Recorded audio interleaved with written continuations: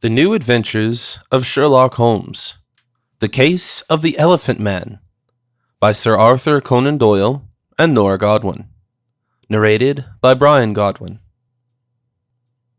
In early summer of 1886, we had a surprisingly unannounced visitor at Baker Street. My colleague, Dr. Frederick Treves, a surgeon at London Hospital, stood quite early in the morning, might I add, in front of our door and wished to talk to us about an important matter that I had dealt with, at least in medical terms, before. I reminded Holmes that in November, a year and a half ago, I was called in by Dr. Treves when he was dealing with a prominent case of elephantiasis. Joseph Merrick, horribly disfigured by bone deformations all over his body, and especially on his head, had appeared at Treves for in-depth examinations. Just across Whitechapel Road 123, the poor guy was presented as a monstrous attraction in a small show stall. He was described as an elephant man. They had invented an utterly outlandish story of his background about his mother's alleged accident with an elephant. We knew, of course, that this was complete nonsense. The deformations affecting the head, torso, and extremities, with the exception of the left hand, were either due to a mutation or to a rare disease that was mostly known only in Asia. Dr. Treves, in my presence and cooperation, finally presented the case at a meeting of the Society of Pathology in Bloomsbury. But the deplorable Mr. Merrick, who was presented unclothed to the assembled medical staff for the occasion, felt so uncomfortable that he then refused further examination and treatment. Instead, he was rather going back to being displayed to the paying audience as an attraction. But soon after, the establishment of London exhibitor Tom Norman was closed by the authorities, and I lost his track. But ever since he again was treated by Dr. Treves, I was able to learn more about his whereabouts after the closing of the circus. Mr. Merrick was completely penniless and without any means at the time. Between the age of 23 and 24 years, my colleague said. His loving mother had long since died. His heartless father had rejected him, and normal work was impossible because of his deformations. So at the turn of 1884 to 1885, he sought out the circle of entrepreneurs who had already successfully marketed him as a fairground attraction in his hometown of Leicester and Nottingham. And so Mr. Merrick found a new engagement in the circus of Sam Roper, who incorporated him into his freak show. A highly unworthy situation for a human being, I interjected, no matter how disfigured he is. You must know that Holmes, Mr. Merrick's outward appearance was probably that of a monster, but his inner nature was that of a child. Nevertheless, this person has feelings and needs love and acceptance like everyone else. Quite right, Dr. Treves confirmed. We are dealing with a thinking, emotionally capable person. It is, however, to be attested that this is precisely why such displays are no longer welcome in English society. Fortunately, it is increasingly frowned upon to use the misfortune of others for your own profit and sensationalism. And that's exactly why Roper finally had to pass on Mr. Merrick to a showman named Ferrari, who was tinkering across the European continent with his show. And that's what my patient must have done last year on a tour through Europe. Holmes had listened carefully and said, I suppose such a tour, being very exhausting, was not exactly helpful to Mr. Merrick's health. However, I do not yet see to what extent this matter falls within my area of expertise. Mr. Merrick is a free man and makes his own decisions. Just a second, Mr. Holmes, Dr. Treves replied. I'll get to the point right away. Yesterday, Mr. Merrick was picked up by the police at Liverpool Street Station in London. Beyond his fundamentally awful appearance, he seemed clearly neglected, confused, and barely responsive. He was not able to communicate with the officials. All he carried with him was my business card. So the police brought him to my hospital. Of course, I recognized my former patient immediately. We took care of him, put him in a bed, and treated his bronchitis. By giving him proper food and care, we are hoping he will regain his strength. Holmes nodded. I understand, he said. As a detective, I guess you want me to ask how your patient got into this situation, right? Probably, Treves said, smiling. This morning, for the first time, Mr. Merrick was able to speak again, that is, within his usual abilities. It takes a little experience to understand him completely, which is also a result of the disease. In any case, Mr. Merrick was able to tell me that he had made an arduous journey from Brussels. On the last day of his circus's stay, he had been assaulted and robbed in the city, suffering a head wound. When he woke up again, he was disoriented at first. Then he went to the station. But he had missed the departure of his troop, so he was completely alone, seemingly abandoned, in the middle of Belgium. And you can imagine that hardly anyone was willing to help the monster, which would only speak English and could hardly be understood at that. In the end, Flemish farmers felt bad for him and let him ride on their horse carts towards Antwerp. There, 2 Welsh sailors smuggled him on board and took him to Harwich, Sussex, as a blind passenger. From there, Merrick made it by train to London, where he was reportedly found by the police and taken to me. What an adventurous story, Holmes said. It seems that fate has already tested the poor man enough. But now, Dr. Treves, I ask myself whether you really want to engage us in the investigation of a simple street robbery. The perpetrator or perpetrators are probably simple Belgian crooks who will hardly be found. How much money was taken from him? Mr. Merrick's total earnings, my colleague replied. That was £50, which is a very large sum for him. Holmes began to think, but I answered before he could. We are so sorry, I said firmly, but we cannot investigate in this case. We are not able to travel to Brussels. We are probably being sought by the police there. If they find us, we will have to go to jail for several years. Treves laughed briefly. Police wanted? Jailed? He asked amusedly. How? Well, we were... I stuttered. We were the government's orders. Top secret. There was essentially a misunderstanding. Holmes interrupted me in time. Just a misunderstanding. But Watson is right. We cannot go to Brussels for the time being. And I also have some doubts as to whether it would be worth all the trouble. But Dr. Treves had a good argument. There will be no need to travel to the continent, he said. Mr. Merrick has few memories of the attack, because he was immediately struck from behind. But when he lay half unconscious in the street, he heard a voice. It said in English, "You can stay here. We don't need you in London." Holmes perked his ears. It can therefore be safely assumed that the perpetrator knew Mr. Merrick, he said. Was he able to relate the voice? Dr. Treves shook his head. Unfortunately, no. He said the voice was undoubtedly male, but other than that, he could not make out anything else. Well, in any case, Holmes continued his thought, we can assume that the perpetrator is from the vicinity of Ferrari's fairground circus. Am I right in assuming that these people have been back here on the island for some time now? Indeed, my colleague confirmed. After the stop in Brussels, there was only a short stay in Bruges. After that, they went back home. This means that Ferrari has moved into his quarters with its attractions on the car yard in West Ham. But they are only there until next Sunday. Then they start a tour to Italy. That is why swift action is needed. I would be forever in your debt, Mr. Holmes, if you could go there today and find out more. Well, there is still the issue, Holmes said, that the damage done is only £50. Treves nodded at first, but then replied, I am fully aware that this is below your usual fee, Mr. Holmes, but don't forget that to Mr. Merrick, £50 is a lot of money. As far as I am concerned, I do not count to be paid in this matter with traditional currency. So far, God did not mean all too well with Mr. Merrick, and I have taken on the duty to do everything possible to counteract this situation. I do what I am trained for and according to my profession. These are, of course, primarily medical measures, but also psychological.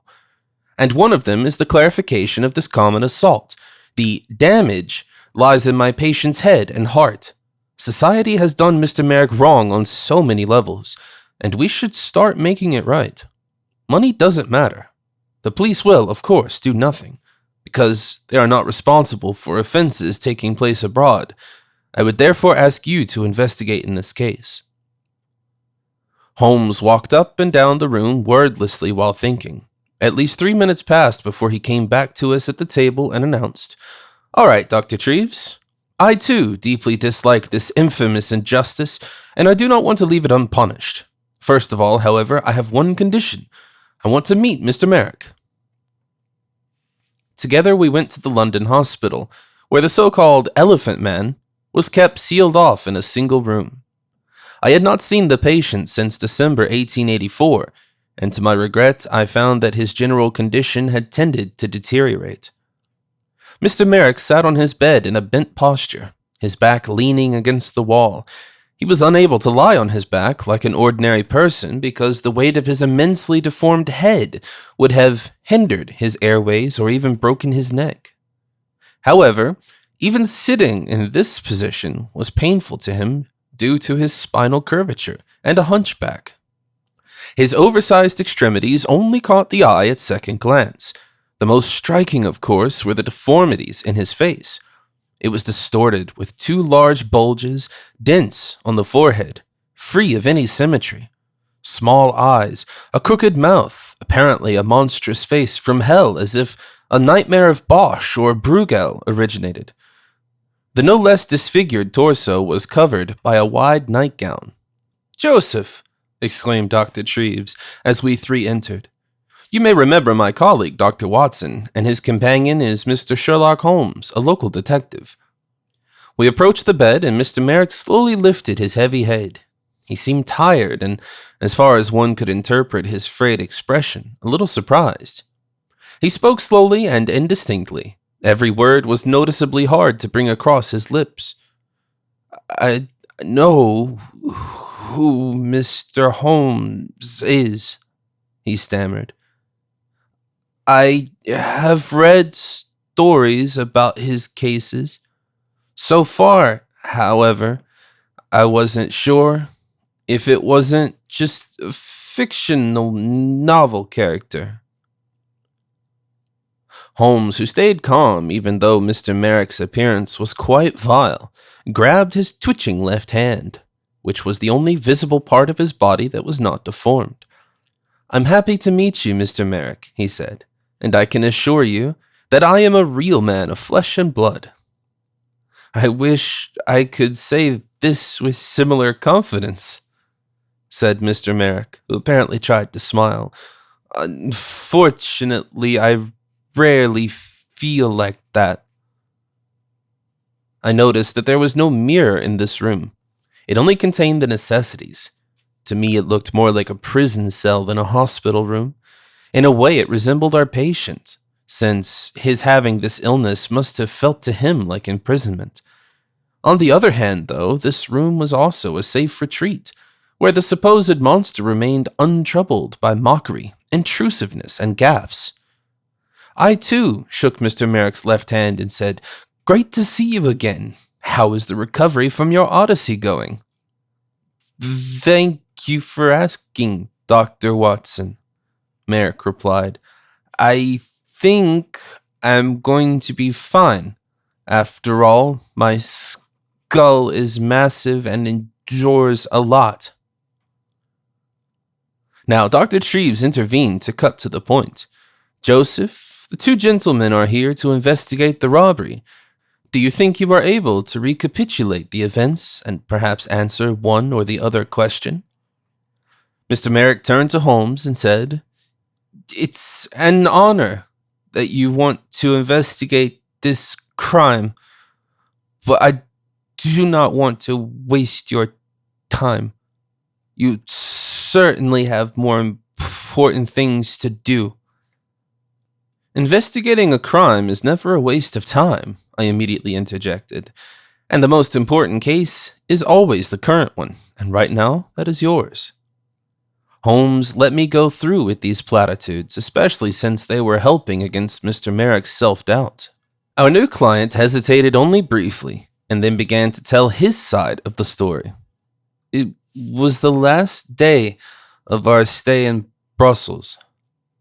In the evening, after the show was closed, I limped through the narrow streets of the old town because I wanted to see at least a bit of Belgium. I wore a large coat with the hood pulled deep into my face so I would not cause a scene. But I felt like I was being followed all the time. I repeatedly stopped and turned around, but I did not see anyone. I only noticed that my suspicion was correct when a powerful blow hit me from behind. Here, on the left of the head, where one would normally locate the cheekbone. A subsequent kick in the back brought me to the ground on the smooth cobblestones. I heard the voice saying that I wouldn't go back to London. Then I lost consciousness. It must have been a long time before I came back to my senses. Obviously, not a single passerby had tried to help me. I got back up to reach our train to Bruges, but I was too late. I also noticed that all my money had been taken from me.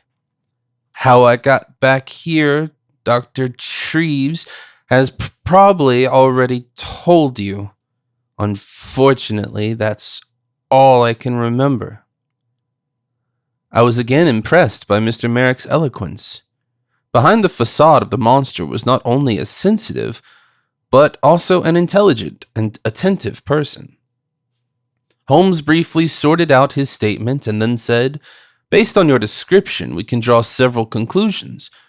The perpetrator was British, male, reasonably strong, known to you, and left-handed."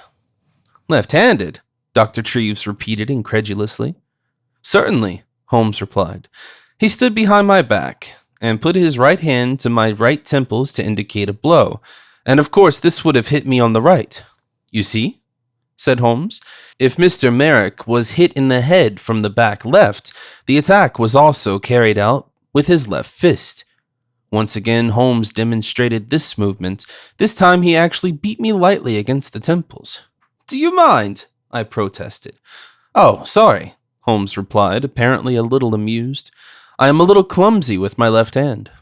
"It's all right," I said. "I think your spectacle has been successful. So the perpetrator is left-handed." "Me too," Mr. Merrick muttered. "Well, inevitably."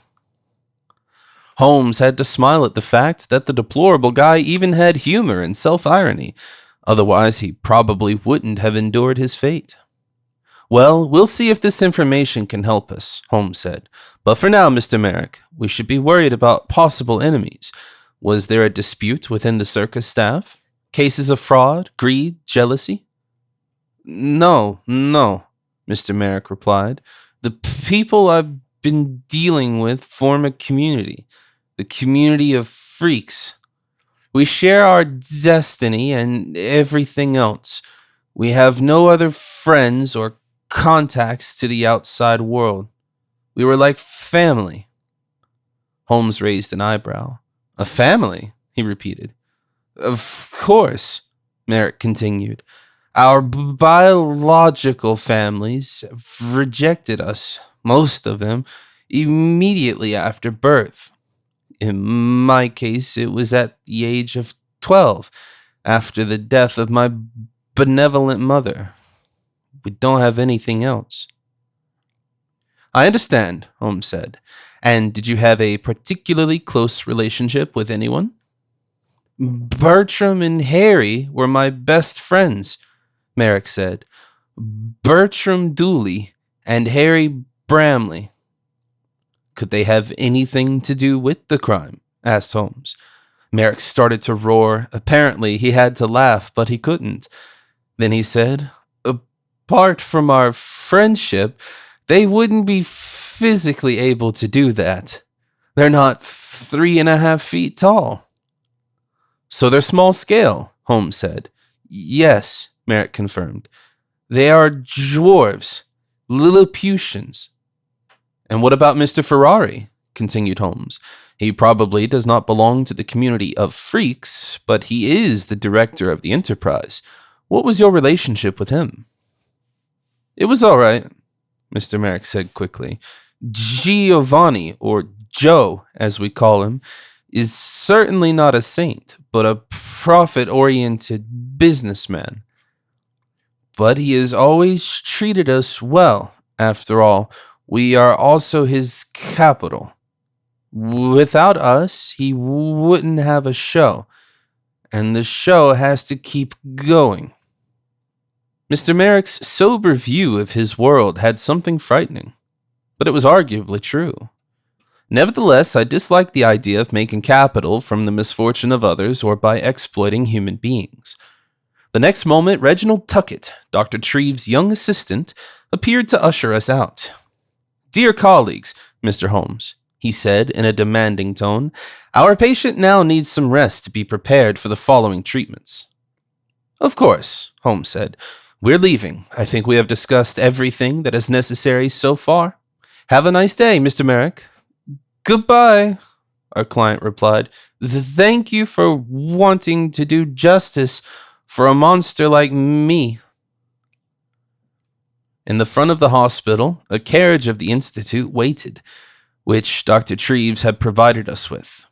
He himself was now indispensable in the hospital, so we set off alone to the trailer park of Ferrari's circus.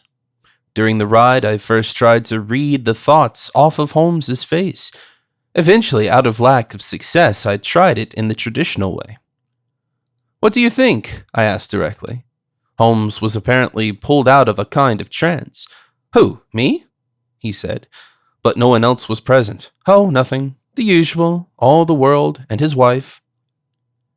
The answer cheered me up a little, and I replied, That's probably much more than nothing, not to say everything. Holmes did not respond.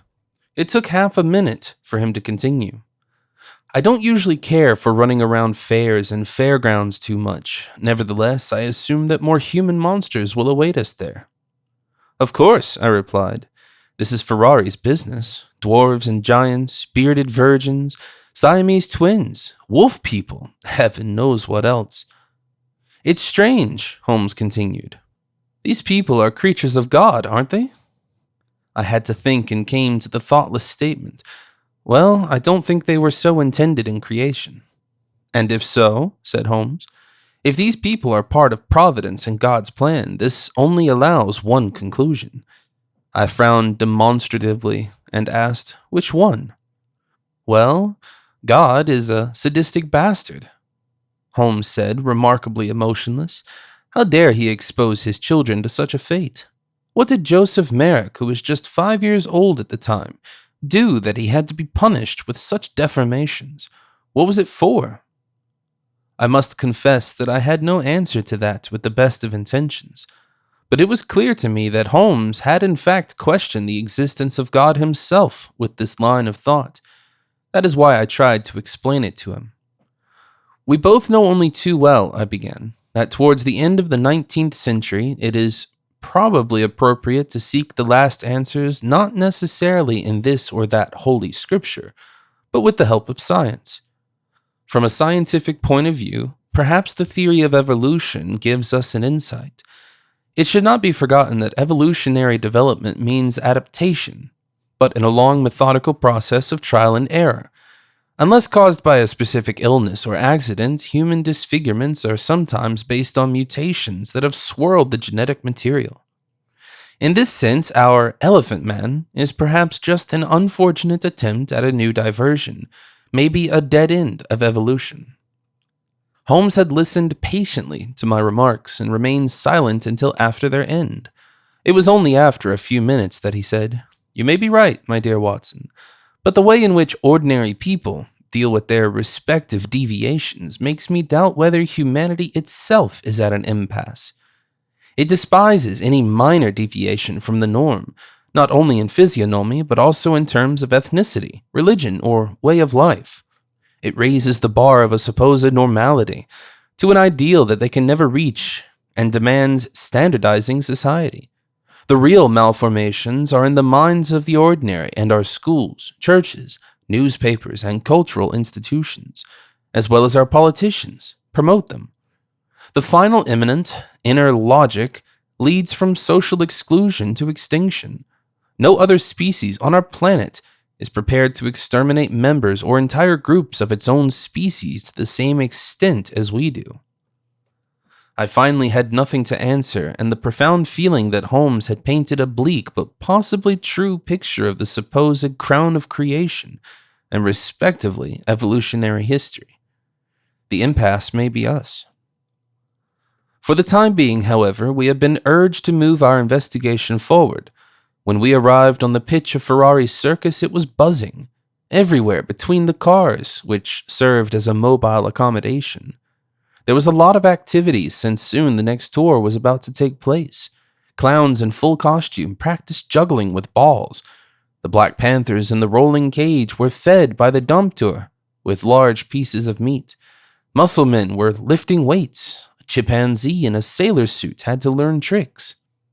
And then there was an area in the wagon warehouse that stood in complete contrast to the colorful cheerfulness and conveyed gray tristesse. This was the department of the so-called freaks. We had to get through to Ferrari's office, as a friendly unicyclist had told us. The dark side of the circus was full of weird creatures, who apparently vegetated rather indiscriminately. They didn't have to rehearse anything either, because they were the show themselves. We passed a table with two young ladies, who apparently gave in to their alcohol addiction. Only when we stepped closer could we see that they had grown together at the hip, spine, and back. Following a pair of brothers from Southeast Asia, this type of double malformation was referred to as Siamese twins. One of the girls whistled at us flirtatiously as we walked by. I reacted with a friendly nod of my head. Next, we were met by a man who was missing his legs and abdomen. Whether due to an accident or a birth defect is unknown to me. He moved on a rollerboard, which he pushed with his arms, looking at us suspiciously, but did not say a word. Eventually, a dark-skinned African without upper extremities stepped out of a small tent to our right.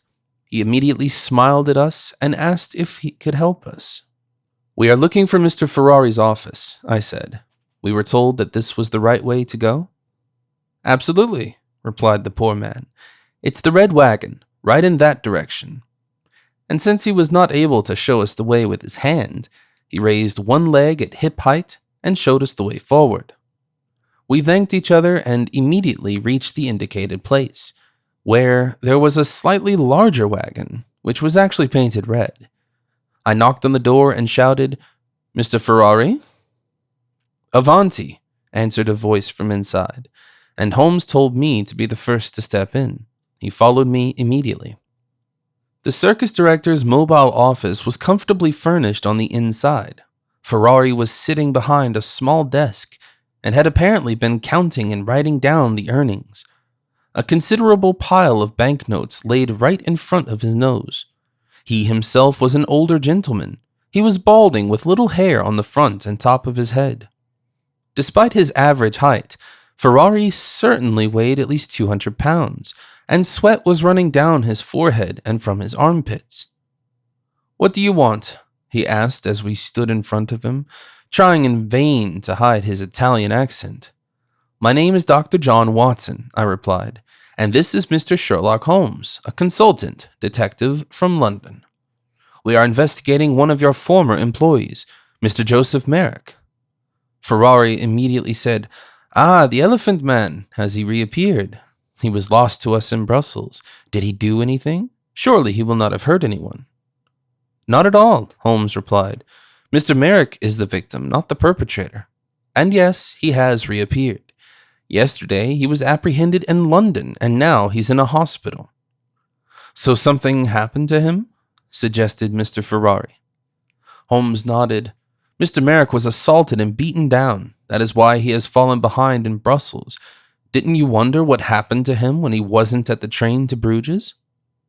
"Honestly," Ferrari replied, "it happens all the time that one of my show objects runs off.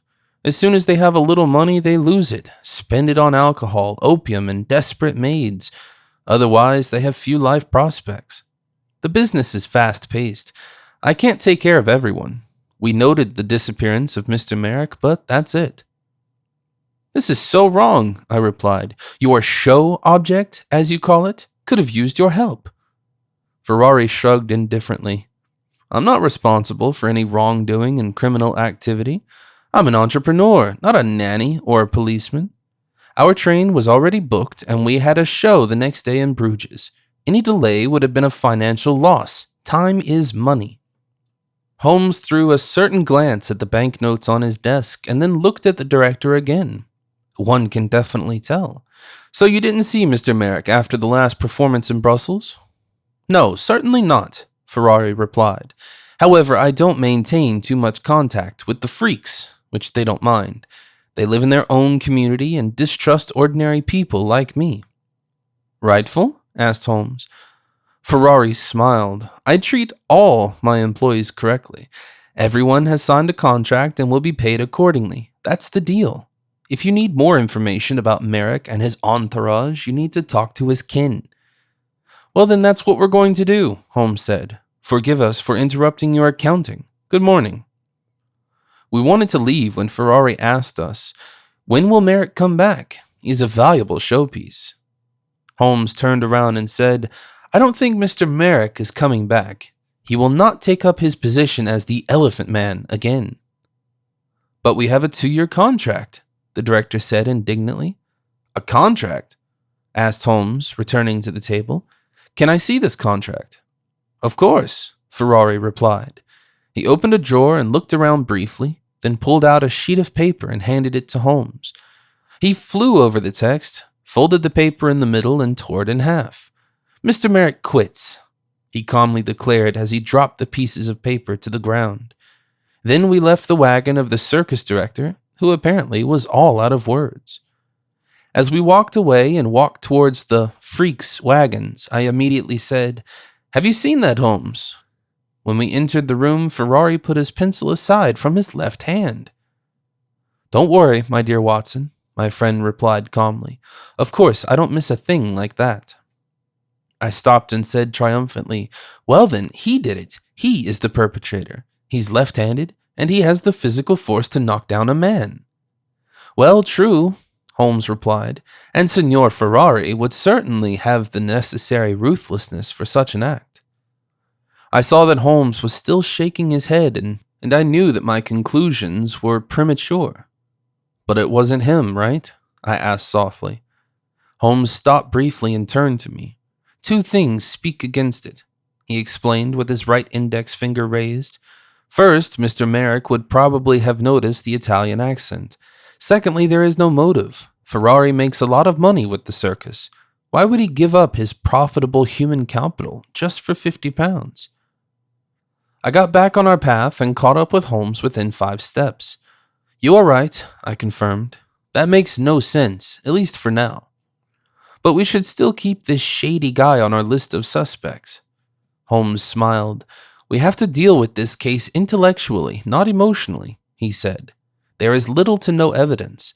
That is why we have to work meticulously in collecting, analyzing, and evaluating any lead. But don't let that take away your enthusiasm, Watson." I demonstratively put on an optimistic smile and clapped my hands. "All right," I said. "Whose statement do we want to evaluate intellectually as the next?" "We're going to see the little ones," Holmes said, "though they don't really fit our profile. However, since they were Mr. Merrick's closest friends, I am hoping that they are able to help us depict an image of the general circumstances in this family." With the help of the Chinese snake man, who was actually a contortionist rather than a human mutation, we quickly found the caravan of Bertram Dooley and Harry Bramley, where the two sat at a table right and drank tea. From a distance, it seemed as if 2 children had come together with their toy tea service, but the faces of the two turned out to be very grown up. They were, in fact, simply small-grown people, albeit with disproportionately large heads. Call me Bertie, one declared, after we had introduced ourselves and set out the purpose of our present. And me Harry, added the other. Your visit brings a lot of joy to us, Bertie continued. We now have the certainty that Joseph is doing well. We didn't even know what happened to him. And on the other hand, I am glad to hear that real detectives are working to investigate the robbery. Normally, ordinary people don't really care about the problems of the freaks. Well, we do, I immediately confirmed. When it comes to justice, no obstacle is too... I interrupted myself before I could pronounce the word small. Harry laughed. Oh, don't worry, Dr. Watson, he giggled. We know what we are. Then he picked up 2 more cups and poured us some tea. For the time being, we sat at the table and Holmes began the questioning. If my information is correct, he said, then you're both friends with Mr. Merrick. Yes, Joseph is one of us, Bertie replied. He belongs to the community of freaks. We stick together, we help each other. And now it would be a pleasure for us if we could help you to clarify the case. However, Harry added, as he also sat down at the table, we've not heard anything about the incident in Brussels, and unfortunately, we cannot say anything about it. We last saw Joseph shortly after the end of the performance. Back then, he wanted to walk around the city for a little bit. Well, masked, for understandable reasons. I understand, Holmes said, sipping on his tea. Well then, let us talk about the circus as a whole. We've already met the director, Mr. Ferrari. Not the most pleasant company, Harry said, but our employer. There are no real problems with him as long as everyone knows where they belong. Mr. Ferrari was watching us closely when we packed to leave for Bruges. There's no way he could have left and gone into the city in between.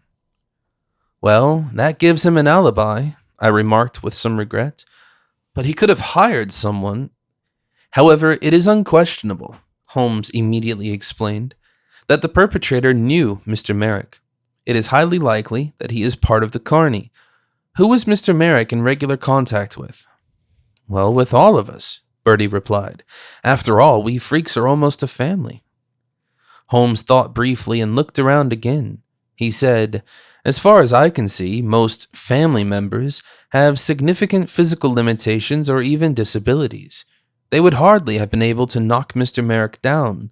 But what about the other employees, like the artists, clowns, and such? Were there any conflicts there? Bertie and Harry looked at each other with a knowing look. The latter sighed and began to say, You must know, gentlemen. Well, I think you probably already know. Joseph is a very good-natured person. Too good-natured. He was also trusting with the outsiders, although we have often warned him not to look at the normals. They do not belong to us, and we do not belong to them. Joseph did not understand this in his boundless, sometimes somewhat infantile naivety, and his desire to belong. As a result, mischief was occasionally done to him, and he was a willing victim. He let them make fun of him, expose and humiliate him, and he always dismissed this as fun among friends, but it wasn't. That means, I interjected, some of the normals made fun of Mr. Merrick without him noticing or wanting to notice. Exactly, Dr. Watson, Bertie confirmed. It was an unworthy spectacle. Are you willing to be a little more precise? Asked Holmes, who immediately noticed that the 2 little ones were hesitant. So he added, Don't worry, I'm not going to reveal that the information comes from any of the 2 of you. Finally, Harry replied, The ringleader of the fun makers is the German giant. The German giant? Holmes repeated with a questioning glance. Yes, Bertie said. His name is Hans. He's probably almost 7 feet tall and a real beefcake. He lifts weights and all sorts of objects to demonstrate his otherworldly strength, with both hands at the same time. Holmes and I, of course, immediately realized that the man in question would have been able to assault Mr. Merrick with 1 punch, even with his left fist. And this giant kept harassing Mr. Merrick? Asked Holmes. All of us, Harry replied. Hans despises us, but mostly Joseph. He was his main target. Holmes raised an eyebrow and said, There's probably a reason for this, apart from Mr. Merrick's good-naturedness. Bertie nodded. Indeed. he quickly replied. Joseph often talked to Miss Daisy. She's an acrobat, a trapeze artist, a young girl, very talented and beautiful. She's always very kind to us, and she was particularly pleased with the exchange of views with Joseph. Hans was annoyed. He thought that their relationship was unnatural and disgusting. At first, he joked about it in a shameless way. Then he tried to intimidate Joseph. "Do you hear that, Watson?" shouted Holmes. "It seems to me that we should talk to this German giant, don't we?" "Do that," Harry said. "But be careful. Hans is easily irritable, aggressive, and besides, he is a monster." Bertie and Harry wished us well, and we promised to do everything we could to resolve the case. In their last words, they said, "Please let Joseph know that we hope for his speedy recovery, and that we never have to see him in here in the circus again. He deserves better." Then we went to see Hans, whose accommodation was, of course, outside the freaks department. Due to his outer appearance, it was rather easy for us to find Hans. He trained in front of his car with comparatively light weights. Despite the cool temperatures, he was only dressed in shorts with his muscular torso topless. At the top of his nearly 7-foot-tall muscular body sat a rather small, bald head, which was only adorned by a black mustache. Overall, an imposing, frightening appearance, although he may have had his best years. "Mr. Hans?" exclaimed Holmes as we approached. The addressee put the weights aside and replied, "Hans, just Hans. And you are?" "My name is Sherlock Holmes," replied my friend, who in vain stretched out his hand to greet the giant. "And this is Dr. John Watson. We are investigating the violent robbery of Joseph Merrick." "And who might that be?" asked Hans with a dull face. Apparently, he didn't even know the name of the preferred victim of his mockery. "He's a former colleague of yours," I said. "He suffers from a bone deformation that leads to disfigurements all over his body." Hans laughed. "Oh, you're talking about the Elephant Man. I haven't seen him for a long time. He just disappeared in Belgium. However, I did not miss him very much. You say he was assaulted?" "Indeed," Holmes replied. "He was beaten from behind in Brussels, robbed and left in the gutter. He is now in London hospital." "And now you come to me," the giant suspected, "to ask me if I committed this act, right?" Holmes smiled. "Well, if you prefer the direct way, yes. Did you rob Mr. Merrick in the streets of Brussels?" Once again, Hans let his grim, deep laughter be heard. Then he said calmly, "Believe me, gentlemen, when I crush the Elephant Man, he does not stand up. Even the monstrous skull of this abomination I could crush with one hand. He truly deserves what he had coming for him." "What do you mean by that?" asked Holmes. "You don't seem to speak well of Mr. Merrick." Hans shook his little head. "It's nothing personal," he said. "These creatures aren't like us. They're not humans. They do not belong to us. They should be locked away. Who knows what's going on inside of them? They may also carry contagious diseases. I'd rather have nothing to do with them." Unfortunately, I couldn't keep my resulting realization for myself. "Oh, you're afraid of the freaks." It bubbled out of me involuntarily.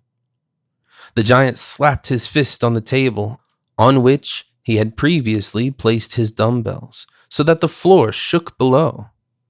"I'm not afraid of anything and no one," he cried and fixed me with a threatening gaze. "But yes," I replied, more blindfolded than fearless, "you just said—" I couldn't get any further because Hans was already trampling towards with heavy steps, both fists clenched. Immediately, I backed away a little bit. Holmes reacted quickly and stood in the way. "Stay calm, gentlemen. We want to remain objective and stay focused." "Dr. Watson certainly didn't want to offend you, Hans." He stopped at least, but said, "But it sounded like he did." Holmes looked at me in a prompt way, and I responded to his wish.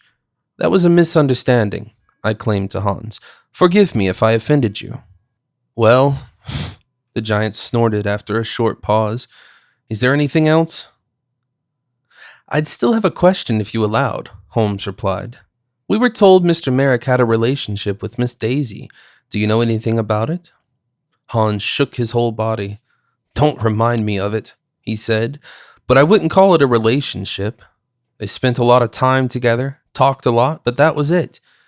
Miss Daisy absurdly thought that this miscarriage had more in mind than some normal people. You don't think so? Said Holmes. Only in a healthy body does a healthy mind live, Hans replied. We must not give in to these monsters. They stain us.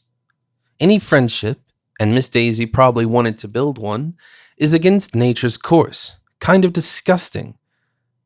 And I think you also said that to Miss Daisy, Holmes added. Of course, the giant replied, but she didn't want to hear any of it. She laughed at me. Well, that's why you talked to Mr. Merrick, Holmes said. Yes, Hans freely confirmed. I told him to stay away from Miss Daisy. I suppose, Holmes continued, you're given a little emphasis to this well-intentioned advice?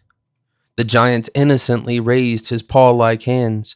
Well, I told him he could listen to me or deal with the consequences. The easy or the hard way, you know? I may have had some fun with the elephant man. Nothing serious. But then he disappeared anyways. That's all I can say. With these words, Hans took his dumbbells again to continue his training. We said goodbye politely, with the German giant having only a disparaging growl and a dark look left for me. As we headed for Miss Daisy, whom we wanted to interview next, I briefly recapitulated the state of affairs. This rough and big guy might have been a good candidate, I said. In this case, we wouldn't have to search for a motive for long. It's conceivable, Holmes said. But why, I continued, didn't you ask him about his location at the time of the crime? Holmes smiled and replied, Believe me, Watson, this Germanic gentleman probably subjugates a certain part of the circus staff. If he needs an alibi, he gets one. So we keep him on the list, I noted, and a joint plot by Ferrari and Hans is still in the running. Then we would only have to find the weak point of this German-Italian axis. My dear Watson, Holmes replied, it seems to me that your imagination is running wild. We are not writing a subpar crime novel here, but are investigating a real crime. Wilkie Collins and Emily Gaboreau may undoubtedly expect a lot of usually grotesque things from their readers, but unlike fiction, we have to stick to the facts and foremost reality. And the fact is that your plot would be a big effort for a low result. Of course, Holmes wasn't wrong, so I focused again on the upcoming question of the trapeze artist. We found Miss Daisy in the large practice tent, where the aerial acrobats rehearsed her artistic feats. However, she did not swing through the heights of the platforms, ropes, and poles, but had remained on the ground, juggling 4 balls. Miss Daisy? Asked Holmes as we entered the tent. The young lady dropped the balls to the ground, and I rushed to help her collect them. An elderly gentleman, apparently overseeing Daisy's exercises, looked sharply at Holmes and grumbled, Who wants to know? Sherlock Holmes, consulting detective. My friend immediately introduced himself. We are investigating a robbery, he said. Daisy listened and seemed unsettled. A robbery? What happened? She asked. By now, I had collected all the balls and handed them over to the young lady. The case concerns an acquaintance of yours, I explained. Mr. Joseph Merrick. Oh, poor Joseph, cried Daisy. He's fine, isn't he? He's recovering and is in medical treatment, I replied. You don't have to worry.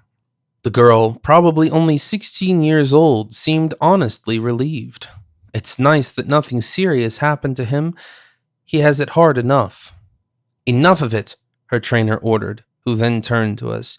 Daisy has a soft heart. She cares too much about the well-being of the freaks. I have told her often enough that they are not our business. Well, it's ours, Holmes replied with certainty. If you allow, we would have a few questions for Miss Daisy. I don't allow it, the man quipped.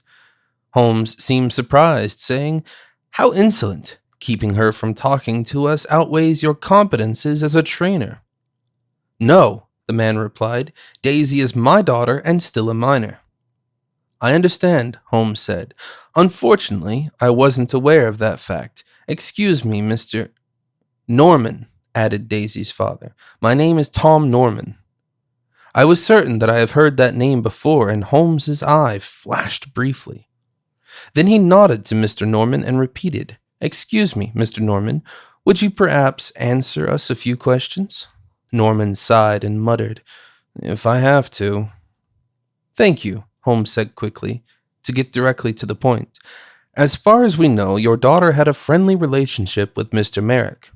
"Yes," shouted Mr. Norman with an appeasing gesture, "but that is none of your business." "I think it is," Holmes countered. "After all, we're investigating a serious crime." "Ridiculous," Mr. Norman growled. "Okay, Daisy and Merrick have met from time to time, and I cannot rule out the possibility that the monster fell in love with my daughter, if it is able to feel that way.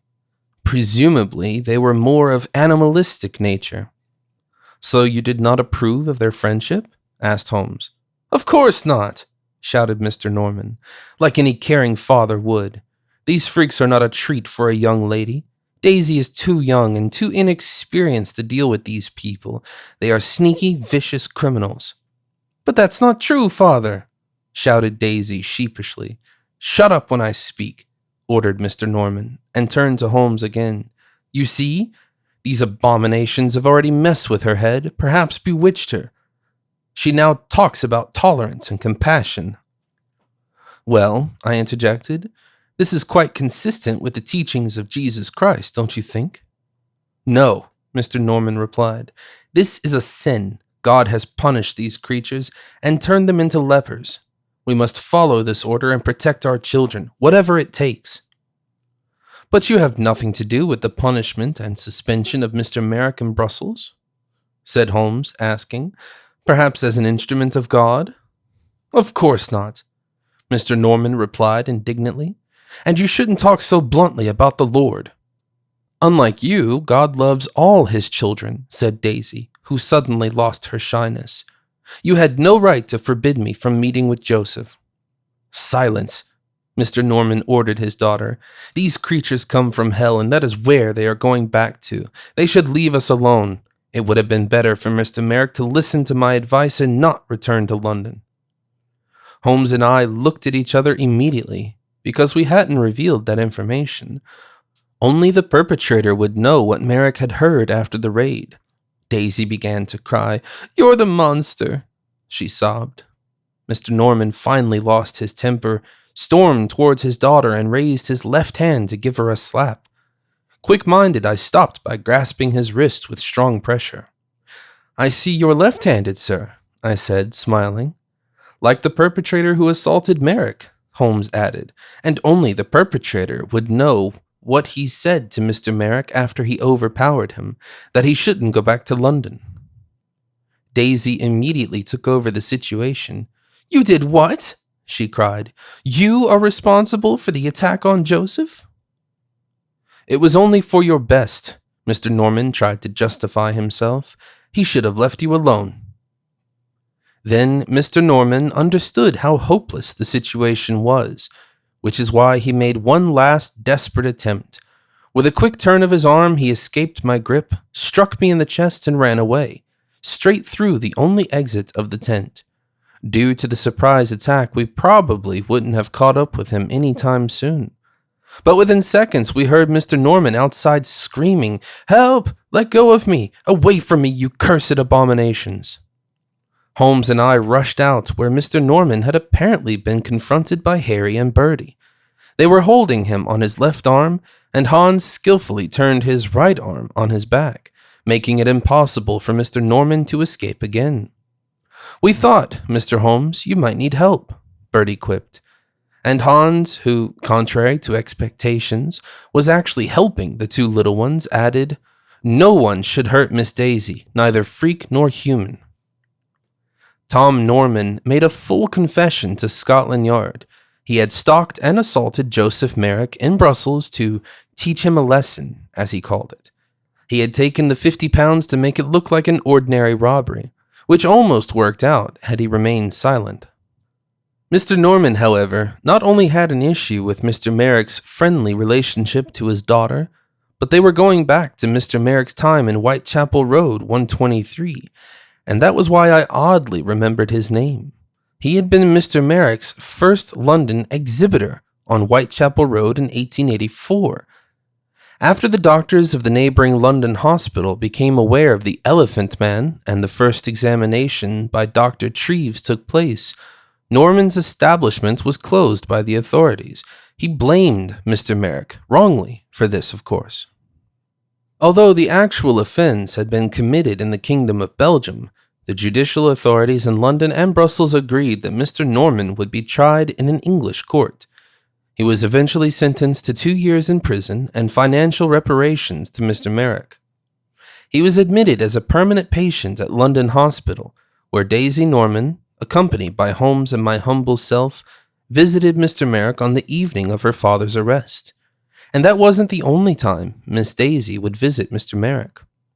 The permanent admission also allowed Mr. Merrick to live at least a safe and dignified life with the best medical care.